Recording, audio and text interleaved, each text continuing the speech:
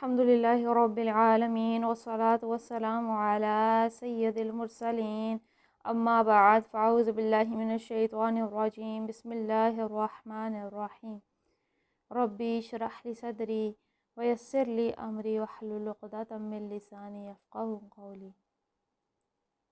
ربنا لا تزغ قلوبنا بعد اذ ہدیتنا وہب لنا من لدنک رحمۃ انک انت الوہاب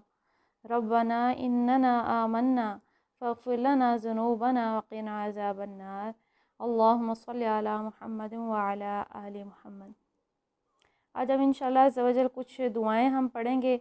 اور پھر جو ہے یہ یاد بھی کرنی ہے آپ سب نے،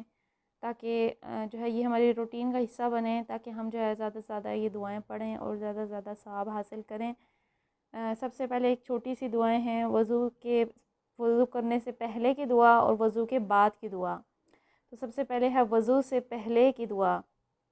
وضو سے پہلے ہے بسم اللہ، بس یہ آسان سا کلمہ ہے، بسم اللہ، اللہ کے نام کے ساتھ۔ اور وضو کے بعد کیا پڑھنا ہے؟ وضو کے بعد کی جو دعا ہے سب سے پہلی تو یہ وہی ہے جو دوسرا کلمہ ہے، تقریباً وہی ہے۔ وضو کے بعد کی دعا ہے اشہد اللہ الہ الا اللہ وحدہ لا شریک لہ واشہد ان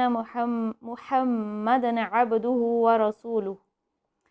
یعنی اشہد اللہ، یعنی میں گواہی دیتا ہوں، میں شہادت دیتا ہوں کہ اللہ کے سوا کوئی معبود نہیں، وہ اکیلا ہے، اس کا کوئی شریک نہیں، اور میں گواہی دیتا ہوں کہ محمد صلی اللہ تعالیٰ علیہ وآلہ وسلم اس کے بندے اور اس کے رسول ہیں۔ آسان سی دعا ہے، وضو کے بعد ہم نے یہ پڑھنی ہے۔ اگر آپ کی ہیبٹ نہیں ہے تو نیت کریں، اور میں بھی نیت کرتی ہوں کہ ہم جب بھی وضو کریں گے اس سے پہلے ہم نے بسم اللہ ہی پڑھنا ہے، اور اس کے بعد ہم نے یہ آسان سی دعا پڑھنی ہے اشہد اللہ الہ الا اللہ وحدہ لا شریک لہ واشہد ان محمدًا عبدہ ورسولہ۔ فضیلت اس کی بہت زیادہ ہے، یہاں پہ حدیث کا ریفرنس دیا ہوا ہے، صحیح مسلم میں حدیث نمبر 553۔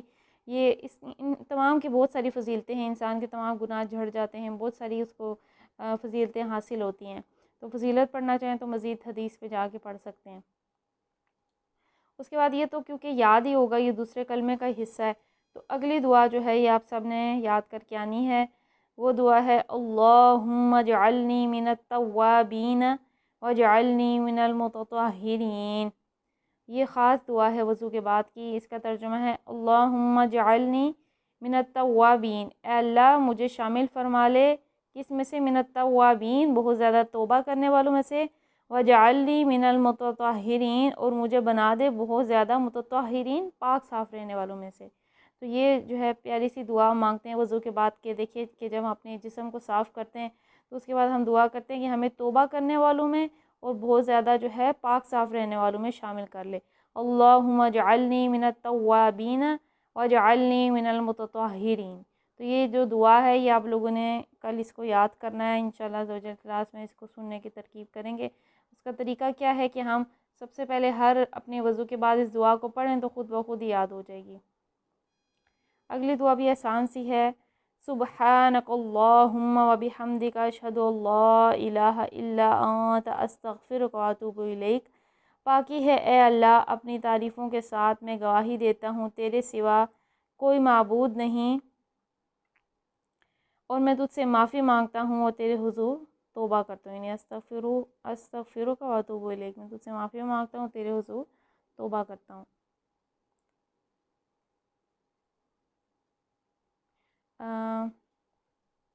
ایک طریقہ جو ہے سن لیتے ہیں اذان کا جواب دینے کا طریقہ۔ تو یہاں پہ لکھے اذان سن کر وہی الفاظ کہے جو مؤذن کہتا ہے، البتہ حی علی الصلاۃ اور حی علی الفلاح سننے کے بعد لا حول ولا قوت الا باللہ پڑھے، یعنی لا حول ولا قوت الا باللہ، یعنی برائی سے بچنے کی ہمت ہے، نہ نیکی کرنے کی طاقت ہے مگر اللہ ہی کی توفیق سے۔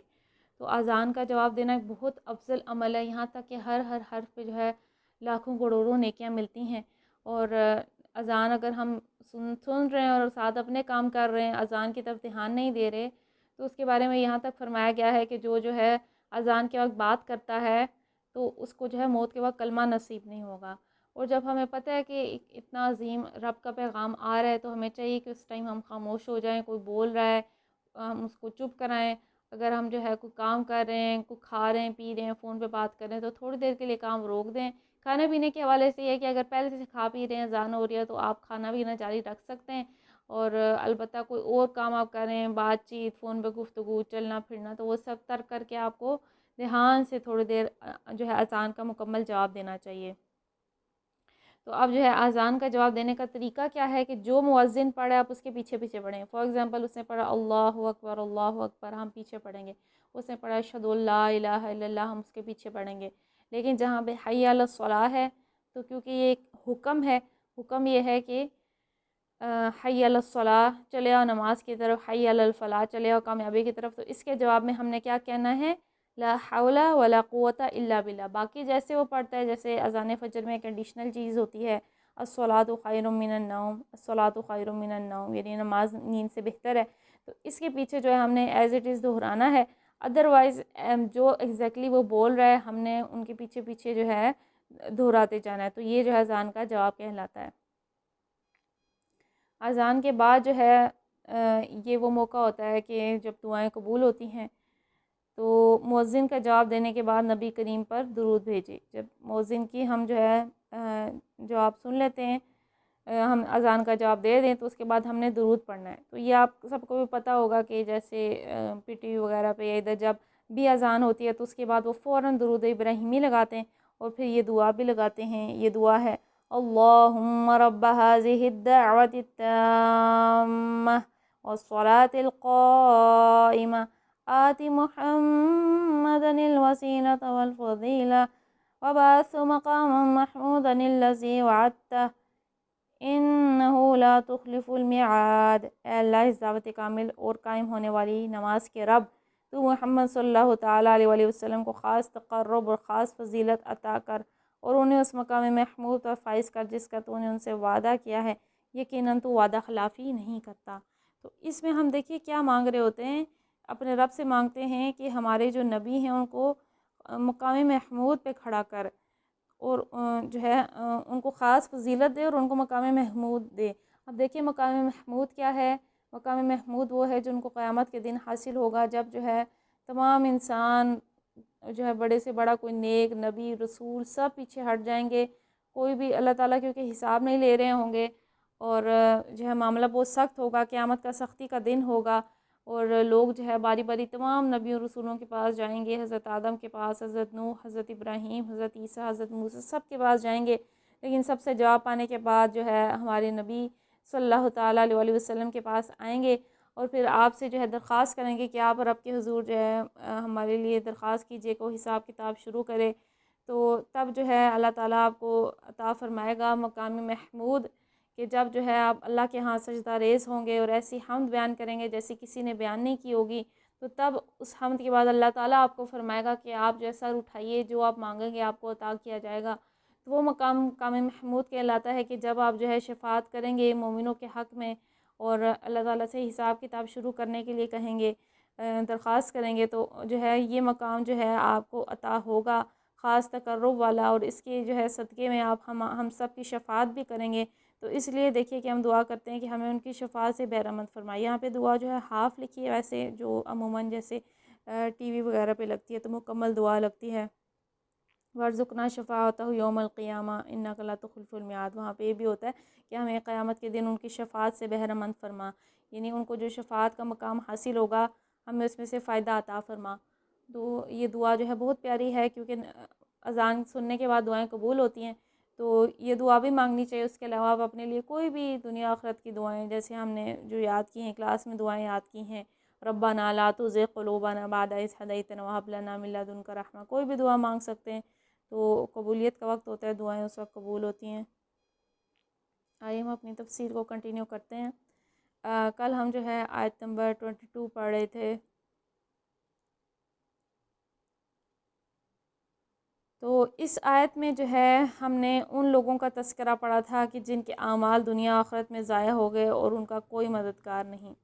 تو اب دیکھیے کہ ایمان کے بغیر کوئی بھی نیک عمل کر لے لیکن وہ مقبول نہیں ہے، بغیر ایمان کے کوئی بھی عمل مقبول نہیں ہے، اعمال جو ہیں ایمان کے بغیر ضائع ہو جاتے ہیں۔ فار ایگزامپل اگر کوئی نان مسلم ہے، وہ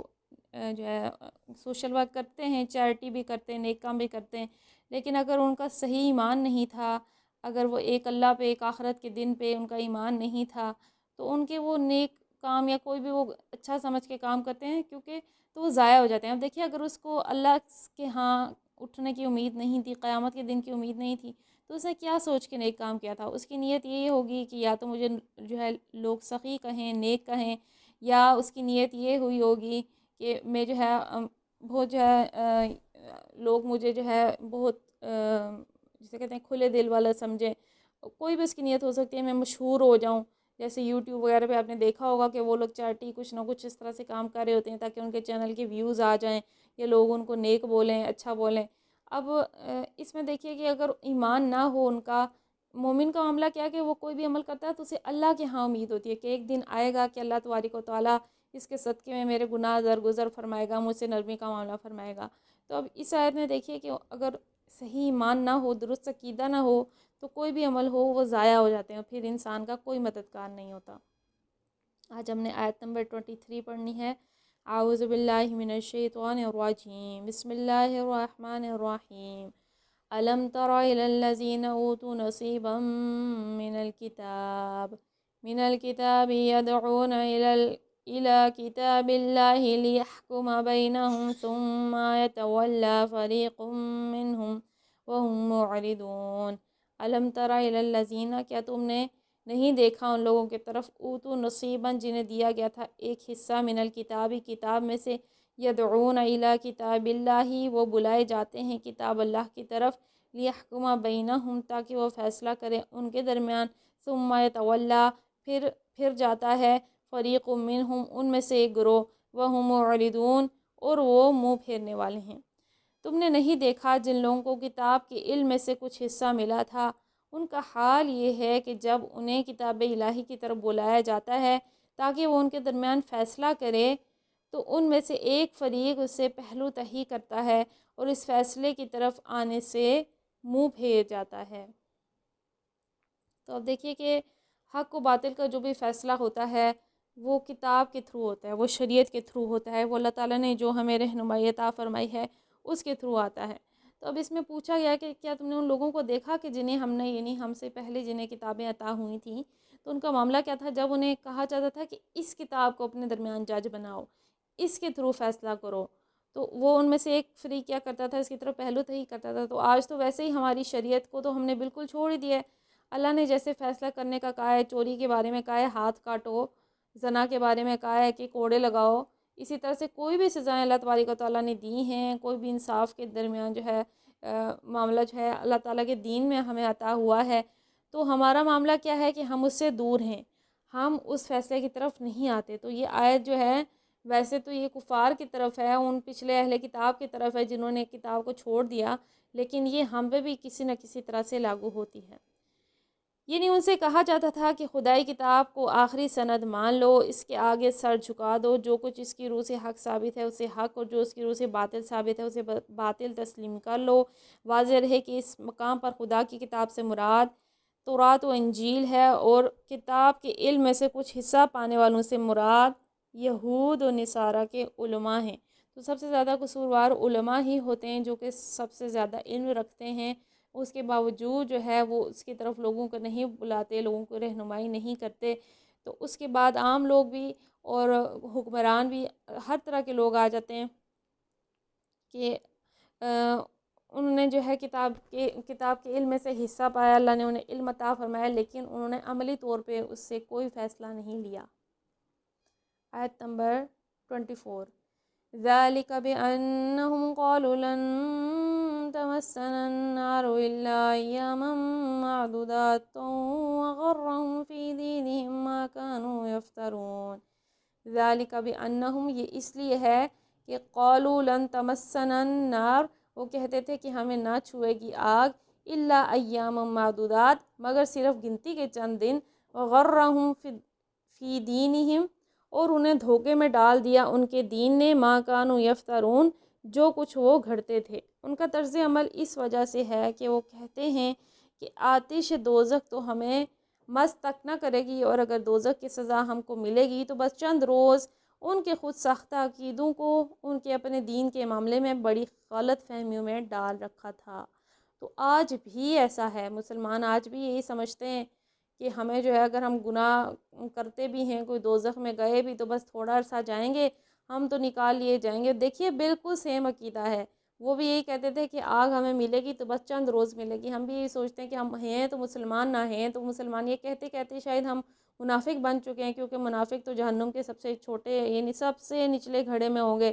سب سے نچلے درجے میں ہوں گے۔ تو اللہ تعالی ہم سب کو معاف فرمائے، ہمیں جو ہے گناہوں پر پکی سچی توبہ اور شرمندگی عطا فرمائے۔ تو دیکھیے کہ وہ لوگ کیا کہتے تھے کہ ہمیں جو ہے دوزخ کی آگ مس نہ کرے گی بس چند دن، اور یہ اللہ تعالیٰ فرمایا ان کے خود ساختہ عقیدے تھے، اللہ نے کوئی بھی ایسی سند نہیں اتاری ہے، یہ ان کے خود ساختہ عقیدے ہیں، اور ان کے دین نے ان کو غلط فہمی میں ڈال رکھا ہے۔ یعنی یہ لوگ اپنے آپ کو خدا کا چہیتا سمجھ بیٹھے تھے، یہ اس خیال خام میں مبتلا تھے کہ ہم خواہ کچھ کریں بہرحال جنت ہماری ہے، ہم اہل ایمان ہیں، ہم فلاں کی اولاد ہیں، فلاں کی امت ہیں، فلاں کے مرید ہیں، فلاں کے دامن گرفتہ ہیں، والا دوزخ کی کیا مجال کہ ہمیں چھو جائے، اور بالفرض اگر ہم دوزخ میں ڈالے بھی گئے تو بس چند روز وہاں رکھے جائیں گے تاکہ گناہوں کی جو آلائش لگ گئی تھی وہ صاف ہو جائے، پھر سیدھے جنت میں پہنچا دیے جائیں گے۔ اسی قسم کے خیالات نے ان کو اتنا جری و بے باک بنا دیا کہ وہ سخت سے سخت جرائم کا ارتکاب کر جاتے، بدترین گناہوں کے مرتکب ہو جاتے، کھلم کھلا حق سے انحراف کرتے، اور ذرا خدا کا خوف ان کے دل میں نہیں آتا۔ تو اب اس میں دیکھیے کہ جو لوگ اس طرح کا عقیدہ رکھتے ہیں تو وہ پھر ظاہر ہے گناہ کرتے ہوئے ان کو ہوتا ہے کہ میں بخشا تو جاؤں گا، تو وہ بڑے سے بڑے گناہ بھی کر لیتے ہیں۔ تو یہی معاملہ بنی اسرائیل کا ہوا، اور آج دیکھا جائے تو ہم امت بھی وہیں کھڑی ہے کہ ہم نے جو ہے فلاں کے مرید ہو گئے ہیں، اب تو ہم بخشائے ہیں، وہ ہماری مغفرت جو ہے کروا دیں گے، تو ہم جو ہے اب بخشے جائیں گے، ہمیں تو دوزخ کی آگ ہمیں چھو ہی نہیں سکتی، ہمارا تو دامن جو ہے فلاں گوشت سے جڑا ہے یا فلاں سے جڑا ہے۔ تو اس لیے اس طرح کے باطل عقیدے ان میں نہیں پڑنا، ہم نے اپنا عمل کرنا ہے، انسان کو اس کا ایمان آمنوا وعملوا الصالحات یہ چیزیں فائدہ دیں گی، نہ کہ یہ کہ ہم جو ہے یہ سوچیں کہ ہم جو ہے یہودیوں کی طرح کے ہم عقیدے رکھیں، بنی اسرائیل کی طرح کے عقیدے رکھیں گے، بس چند دن جائیں گے پھر جو ہے بخشائیں، ہم لوگ پاک صاف ہیں۔ ایسا نہیں ہے، اللہ چاہے تو ہم استغفر اللہ، ہو سکتا ہے ہمارا ایمان صرف زبان تک ہی ہو، دل تک نہ ہو، تو اللہ کے ہاں جو ہے یہ زبانی کلمہ نہیں ہوگا، اللہ کے ہاں جو دل سے جو ہے اقرار و باللسان نہیں ہوگا بلکہ تصدیق بالقلب، یہ اللہ کے ہاں ضروری ہے کہ دل سے آپ اس چیز کی تصدیق کریں، کیونکہ جب ہم دل سے تصدیق کرتے ہیں تو ہمارا عمل خود بہت درست ہو جاتا ہے۔ تو اللہ کو صرف اقرار باللسان دنیا میں تو قبول ہے کہ ہم اس شخص کو مسلمان سمجھ کے چھوڑ دیں گے، لیکن جو تصدیق بالقلب ہے اللہ کے ہاں، جو ایمان ہے، اصل ایمان ہے، جو مومن ہونا ہے، اس کا جو ہے جج کیا جائے گا۔ تو اللہ جو ہے سب کے دلوں کے حال سے واقف ہے، ہماری جو کمزوریاں ہیں ان سے جو ہے درگزر فرمائے، ہمیں یہ دعا کرنی چاہیے کہ ہمیں کوئی بھی کمزوریاں ہیں اللہ جو ہے ان پہ ہماری پکڑ نہ فرمائے۔ آیت نمبر 25، فَكَيْفَ إِذَا جَمَعْنَاهُمْ لِيَوْمٍ لَا رَيْبَ فِيهِ وَوُفِّيَتْ كُلُّ نَفْسٍ مَا كَسَبَتْ وَهُمْ لَا يُظْلَمُونَ۔ فَكَيْفَ سو کیا، اِذَا جَمَعْنَاهُمْ جب انہیں ہم جمع کریں گے، لِيَوْمٍ لَا رَيْبَ فِيهِ اس دن میں جس میں کوئی شک نہیں، وَوُفِّيَتْ پورا پائے گا، كُلُّ نَفْسٍ ہر شخص، مَا كَسَبَتْ جو اس نے کمایا، وَهُمْ لَا يُظْلَمُونَ اور ان کی حق تلفی نہ ہوگی، مگر کیا بنے گی ان پر جب ہم انہیں اس روز جمع کریں گے جس کا آنا یقینی ہے۔ اس روز ہر شخص کو اس کی کمائی کا بدلہ پورا پورا دے دیا جائے گا اور کسی پر ظلم نہ ہوگا۔ تو اللہ تعالیٰ یہاں سوال کر رہے ہیں کہ کیا بنے گا اس روز ان لوگوں کا، یعنی جن کے اس طرح کے عقیدے ہیں، اس طرح کے عمل ہیں، ان کے بارے میں پوچھ رہے ہیں کہ ان کا کیا بنے گا جس روز اللہ جمع کرے گا، اس دن جس کا آنا یقینی ہے، یعنی قیامت ایسی چیز ہے جس کے آنے میں کوئی شک نہیں ہے۔ آپ تو سائنٹیفکلی بھی پروون ہے کہ یہ دنیا جو ہے اس کی ایک سٹارٹنگ پوائنٹ تھا اور اس کا ایک انڈنگ پوائنٹ بھی ہوگا، یہ ڈسٹرائے ہو جائے گی، تو سائنٹیفکلی بھی آپ تو مانتے ہیں، لیکن ہمیں سائنٹیفکلی نہیں، ہمیں ایمان سے، دل سے تصدیق بالقلب جو ہے ہونی چاہیے کہ وہ دن جو ہے آنے والا ہے، وہ برحق ہے، میں اپنے ہر عمل کے لیے جواب دہ ہوں گی، تو اس طرح سے ایمان لانا چاہیے۔ تو اللہ فرما رہا ہے اللہ سب کو جمع کرے گا، یعنی جمع کس کو کرے گا، اگلے پچھلے جو بھی زندہ ہیں، حیات ہیں، کوئی بھی گزر گئے ہیں جن کی قبریں باقی ہیں، نہیں باقی، نشان بھی نہیں باقی، جل گئے، ختم ہو گئے، لیکن اللہ تعالیٰ اس روز سب کو جمع کرے گا، سب کو اٹھائے گا، اگلے پچھلوں کو اٹھائے گا، اور پھر آگے کیا فرمایا جا رہا ہے، اس روز ہر شخص کو اس کی کمائی کا پورا پورا بدلہ دیا جائے گا، یعنی آپ نے کوئی بھی عمل کیا ہے ذرے برابر بھی، اللہ کے ہاں جو ہے آپ کو اس کا پورا پورا اجر ملے گا، اور کوئی برائی بھی کی ہے اگر ذرہ بر تو اس کا بھی جو ہے حساب کتاب ہوگا. یہ نہیں فرمایا جا رہا وہ ایسا دل ہے کہ انصاف کا دن ہے، کسی پہ ظلم نہیں ہوگا. تو اب دیکھیے ہمیں اللہ تعالیٰ سے دعا کرنی چاہیے کہ ہم سے انصاف والا ہی نہیں بلکہ ہمارے ساتھ اپنی رحمت والا، مغفرت والا معاملہ فرمائے. کیونکہ اگر انصاف پہ جج ہونے لگ گئے ہمارے اعمال نامے تو ہو سکتا ہے کہ ہم انصاف پہ اگر جج ہونے لگ گئے تو ہمارا ٹھکانہ جہنم ہو جائے، ہماری نیکیاں کم پڑ جائیں، ہمارے گناہ اتنے بھاری ہو جائیں، چھوٹے گناہ بھی ہم جنہیں سمجھتے ہیں اتنے بھاری ہو جائیں کہ نیکیاں کم پڑ جائیں. اس لیے ہمیں اللہ سے دعا کرنی چاہیے کہ ہمیں اپنی رحمت سے جنت میں جگہ عطا فرمائے، ہمیں اپنی رحمت سے بخش دے. آیت نمبر 26. قل اللہم مالک الملک تؤتی الملک من تشاء وتنزع الملک ممن تشاء وتعز من تشاء وتذل من تشاء بیدک الخیر انک علی کل شیء قدیر. قل اللہم، تم کہو اے اللہ، مالک الملکی، مالک ملک کے، تؤتی الملک من تشاء، تو دے ملک جسے چاہے، وتنزع الملک ممن تشاء، اور چھین لے ملک جس سے چاہے، وتعز من تشاء، اور عزت دے جسے تو چاہے، وتذل من تشاء، اور ذلت دے جسے تو چاہے. بیدک الخیر، تیرے ہاتھ میں تمام بھلائی ہے. انک علی کل شیء قدیر، بے شک تو ہر چیز پر پوری قدرت رکھتا ہے. کہو خدایا ملک کے مالک، تو جسے چاہے حکومت دے، جسے چاہے چھین لے، جسے چاہے عزت بخشے، جس کو چاہے ذلیل کر دے. بھلائی تیرے اختیار میں ہے، بے شک تو ہر چیز پر قادر ہے. تو اب جو ہے اللہ تعالیٰ کیا فرما رہے ہیں کہ تم یہ کہا کرو، کیا کہا کرو کہ مالک الملک تؤتی الملک من تشاء، کہ تیرا ہی ملک ہے تو جسے چاہے دے، جسے چاہے لے لے.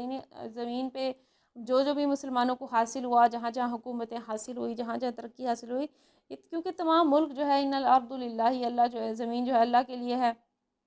زمین بلونگس ٹو اللہ.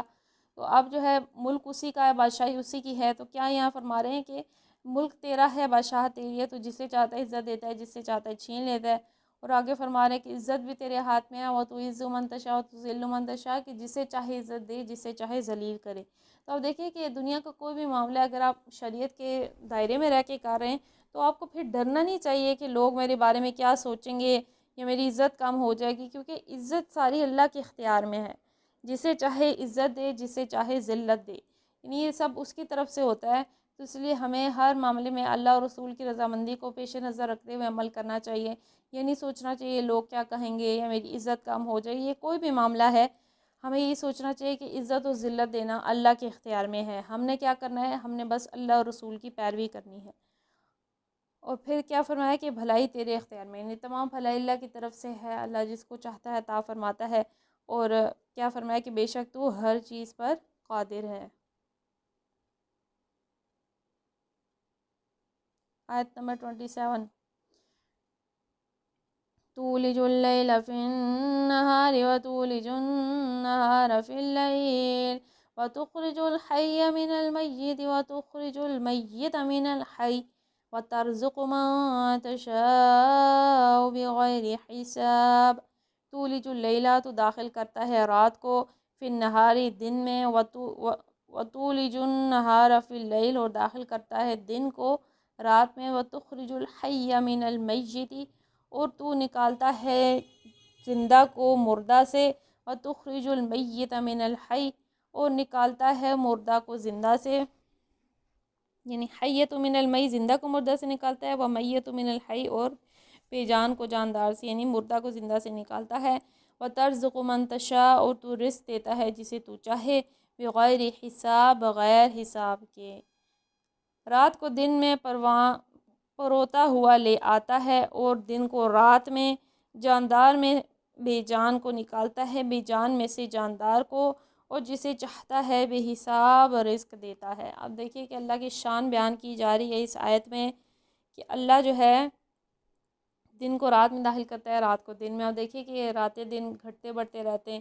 جیسے سردیوں میں راتیں چھوٹی ہوتی ہیں، دن بڑے ہوتے ہیں. گرمیوں میں اس کا اپوزٹ معاملہ ہوتا ہے. آج کل دیکھیے کہ ہم جیسے کلاس فار ایگزامپل 5 بجے لیتے تھے، کیونکہ رات جو ہے اس وقت لمبی ہوتی تھی، رات جو چھوٹی ہوتی تھی، اب رات لمبی ہو رہی ہے، ٹائم آگے کی طرف جا رہا ہے، فجر کا وقت زیادہ ہوتا ہے، تو اب کیا ہے کہ اس کا مطلب ہے کہ رات جو ہے بڑی ہو رہی ہے، اویسلی آگے سردیوں کی طرف ہم جیسے جیسے جا رہے ہیں۔ تو اب دیکھیے کہ یہ اللہ کی شان ہے کہ وہ دن کے کچھ حصے کو رات میں داخل فرماتا ہے، رات کے حصے کو دن میں داخل فرماتا ہے، پھر کیا فرمایا زندہ سے مردے کو، مردہ سے زندہ کو نکالتا ہے۔ تو اب جو ہے اس کی تفسیر میں علماء یہ فرماتے ہیں، فار ایگزامپل ایک بے جان نطفہ ہے، اس سے اللہ تعالیٰ ایک جاندار انسان کو پیدا کر دیتا ہے، اور ایک جو ہے جاندار سے بے جان، یعنی کہ اس کی مثال جو ہے علماء یہ بیان فرماتے ہیں کہ بے جان سے جاندار کو، یعنی نطفے سے انسان کو پیدا کرتا ہے، جاندار سے بے جان کو، یعنی انسان ہے چلتا پھرتا ہے، لیکن اگلے دن اگر اس کو موت آ جائے تو اس کو مردہ کہا جاتا ہے، یعنی کہ وہ زندہ سے بے جان۔ تو یہ جو ہے اس کی شان میں بیان کیا جاتا ہے، اس آیت کی شان میں۔ مزید کوشش کرتے ہیں اگر میں احسن البیان میں اس آیت کے حوالے سے کچھ ملے تو اس کو بھی ہم دیکھ لیتے ہیں۔ آیت نمبر 27۔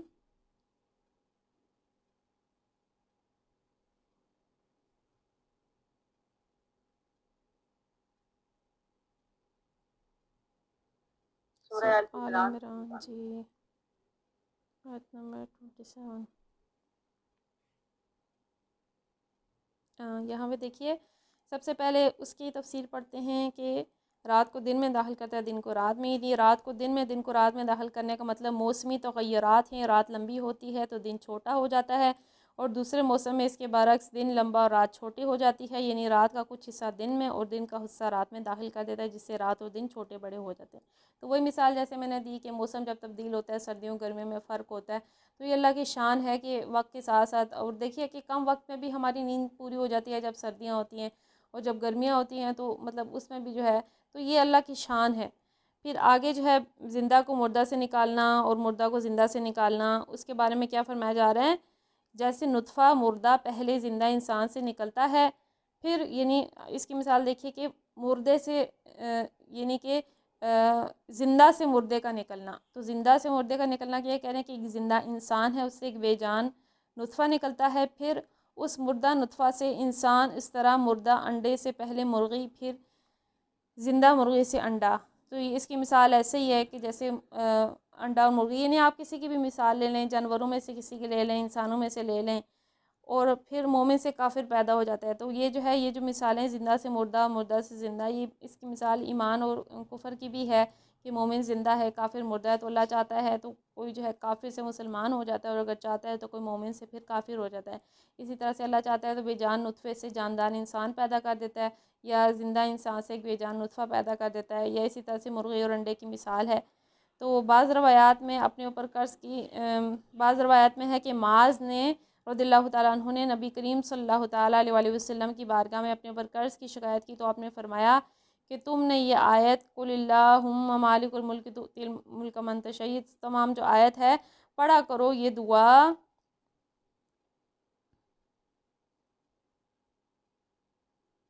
اور یہ دعا کرو۔ ایک دوسری روایت میں ہے کہ یہ ایسی دعا ہے کہ تم پر احد پہاڑ جتنا قرض بھی ہو تو اللہ تعالیٰ اس کی ادائیگی کا تمہارے لیے انتظام فرما دے گا۔ تو اس آیت کی ایک شان یہ ہے کہ کسی پہ قرض کا بہت زیادہ بوجھ ہو، جیسا کہ صحابی نے جو ہے شکایت کی کہ میرے پر قرض کا بوجھ ہے، تو ہمارے نبی نے فرمایا کہ یہ آیت پڑھا کریں، تو اس کی برکت سے اللہ تبارک و تعالیٰ ان کے قرض کو دور فرمائے گا، یا قرض کو ختم کرنے کے اسباب پیدا فرمائے گا۔ تو یہ ہم نے اس کی تفسیر پڑھ لی، اس کو ہم نے سمجھ لیا۔ آگے فرما رہے ہیں کہ جب انسان ایک طرف کافروں اور نافرمانوں کے کرتوت دیکھتا ہے، پھر یہ دیکھتا ہے کہ دنیا میں کس طرح پھل پھول رہے ہیں، دوسری طرف اہل ایمان کے تاج شاریاں دیکھتا ہے، اور پھر اس کا فقر و فاقہ اور مصائب و آلام کا شکار دیکھتا ہے، جن میں نبی کریم اور آپ کے صحابہ 3 ہجری میں لگ بھگ زمانے میں مبتلا تھے، تو قدرتی طور پر اس کے دل میں ایک عجیب حسرت آمیز استحفام گردش کرنے لگتا ہے۔ اللہ تعالیٰ نے یہاں استفہام کا جواب دیا، اور ایسے لطیف پیرے میں جواب دیا ہے کہ اس سے زیادہ لطافت کا تصور نہیں کیا جا سکتا۔ تو یہ فرمایا جا رہا ہے کہ عزت ساری اللہ کے ہاتھ میں ہے، اللہ جسے چاہے ملک دے، جسے چاہے چھین لے۔ تو اس میں جو ہے کوئی یہ نہ سمجھے کہ مسلمان ہیں تو ان پہ آزمائشیں کیوں آتی ہیں، تکلیفیں کیوں آتی ہیں۔ تو جو ہے ملک اللہ کے ہاتھ میں ہے، جسے چاہے دے، جس سے چاہے چھین لے۔ اور مسلمان کے لیے دنیا کی زندگی ٹف رکھی گئی ہے، کیونکہ دنیا کی زندگی مسلمان کے لیے قید خانہ ہے، کافر کی جنت ہے۔ مسلمان تو آخرت کے لیے عمل کرتا ہے، کوئی بھی تکلیفیں آزمائشیں اٹھاتا ہے اللہ کے دین کی خاطر تو وہ اپنی آخرت بہتر کرنے کے لیے اٹھاتا ہے۔ تو اللہ سے ہم دعا کرتے ہیں آج کے ہم نے جو بھی ہم نے سنا، جو ہم نے دعائیں پڑھی، ہمیں وہ یاد رکھنے، ان کو پڑھنے کی توفیق دے۔